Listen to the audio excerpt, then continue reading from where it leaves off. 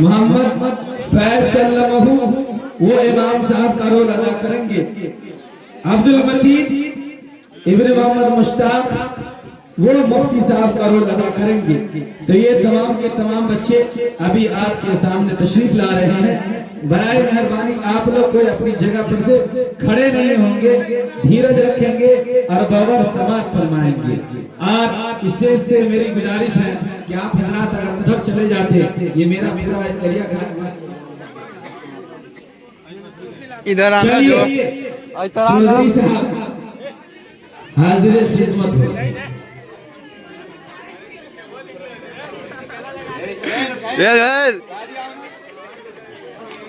जोरा side side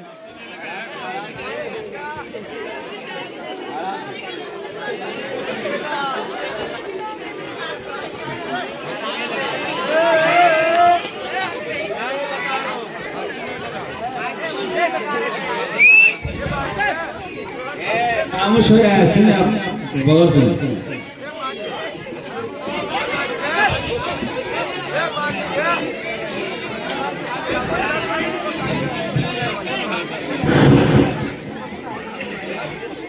आप इसके बाद मोहम्मद समीर सल्लमहू तशरीफ लाए। वालेकुम अस्सलाम।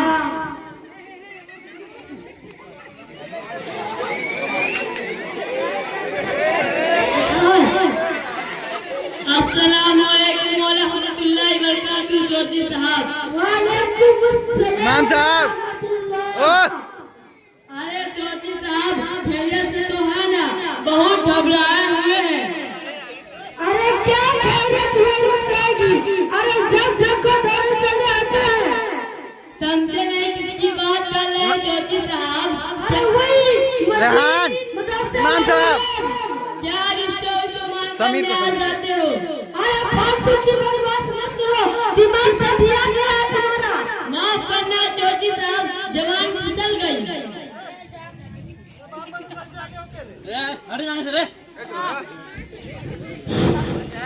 अरे जामुन भाई, चौधरी साहब टेंशन में है और आप चौधरी साहब की चुटकी ले रहे हो। जी चौधरी साहब, वह मदरसे वाले आपके पास क्यों आते हैं? अरे जहाँ धान गेहूँ तैयार होते हैं और पहुँच जाते हैं और कहते हैं वो उसदू। चौधरी साहब मुझे एक बात समझ में नहीं आ रही है। ये मौलवी हजरत और ये मदरसा जिंदाबाद जब ये फसल आता है तो उसको मांगने चले आते हैं, और जब रमजान आता है तो ज़कात मांगने आ जाते हैं। और हम लोग कितने मेहनत मुशक्कत से कमाते हैं और खेती बाड़ी करते हैं, और ये लोग आसानी से मांगने आ जाते हैं और लेके चले जाते हैं। अरे चौधरी साहब, तुम्हारे तो घर ही पहुँचते हैं, हमारे तो खेत पर भी पहुँच जाते हैं। मगर मेरे नाना भी इतने कंजूस और मक्खी चूस है, उनको तो देना तो दूर की बात, परिंदों को कोदारी के बेट थोड़ा इधर करना, बस सकल ना नजर हो जाओ। सही कह रहे हैं गुलगुल भाई।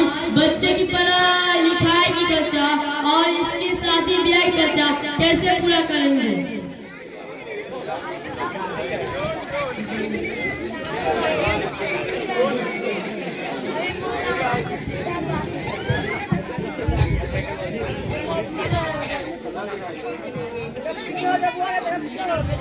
अस्सलाम वालेकुम व रहमतुल्लाह। वालेकुम अस्सलाम। क्या बात है चौधरी साहब, सब लोग एक जगह जमा है, जमीन उमीन की मीटिंग हो रही है क्या? अरे नहीं यार, हम लोग कंफ्यूजन में पड़े हैं। क्या बात है चौधरी साहब, सब खैरियत से तो है ना? अरे क्या खैरियत रहेगी, हम टेंशन में है। हर साल ज़कात देते रहे तो एक दिन हम लोग खुद ही गरीब हो जाएंगे, बस उसकी मीटिंग चल रही है। तो ये बात है। लेकिन चौधरी साहब, हम भी जुमा को नमाज पढ़ने गए थे तो इमाम साहब तकरीर में कह रहे थे ज़कात निकालो, ज़कात निकालो, ज़कात निकालो। अच्छा, तो इमाम साहब भी बोल रहे थे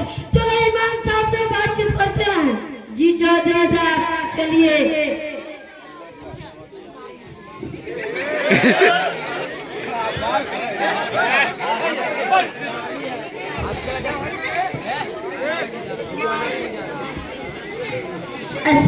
अलैकुम व रहमतुल्लाह। वालेकुम अस्सलाम व रहमतुल्लाहि व बरकातुहू। खैरियत से है इमाम साहब? जी अल्हम्दुलिल्लाह, आप लोग खैरियत से हैं? हाँ अल्हम्दुलिल्लाह, हम लोग भी खैर व आफियत से हूँ। जी फरमाइए, कैसे आना हुआ? इमाम साहब, हम लोगों का कुछ सवालात हैं। जी फरमाइए, आप हजरात के क्या सवालात हैं? जी चौधरी साहब, आप ही बोलिए।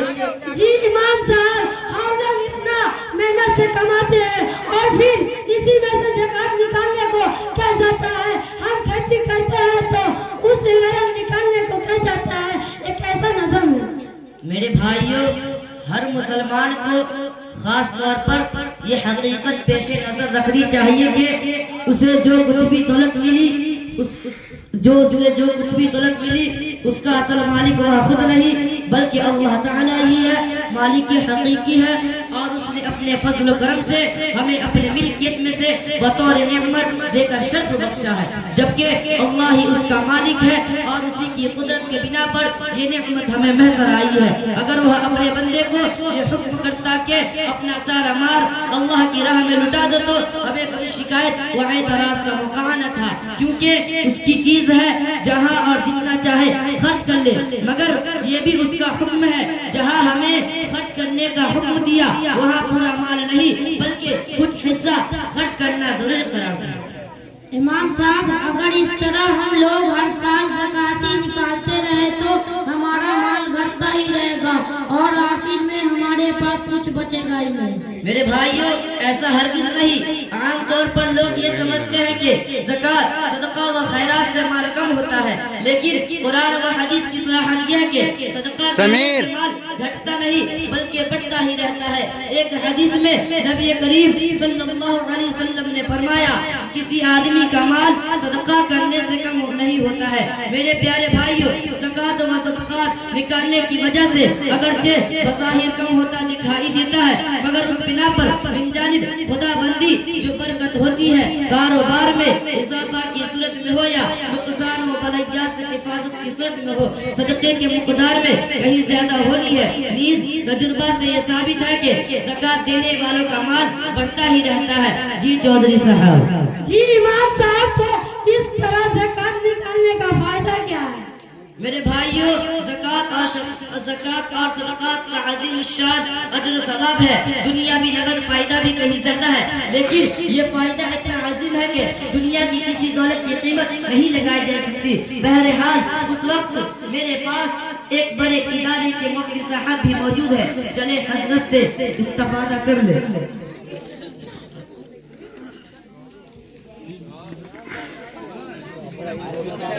अब्दुल मतीन की एंट्री होता है।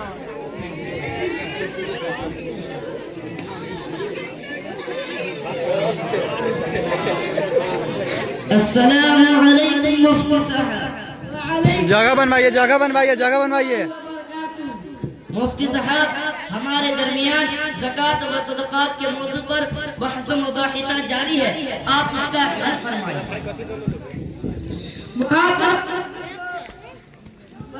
बुजुर्गों और एहतराम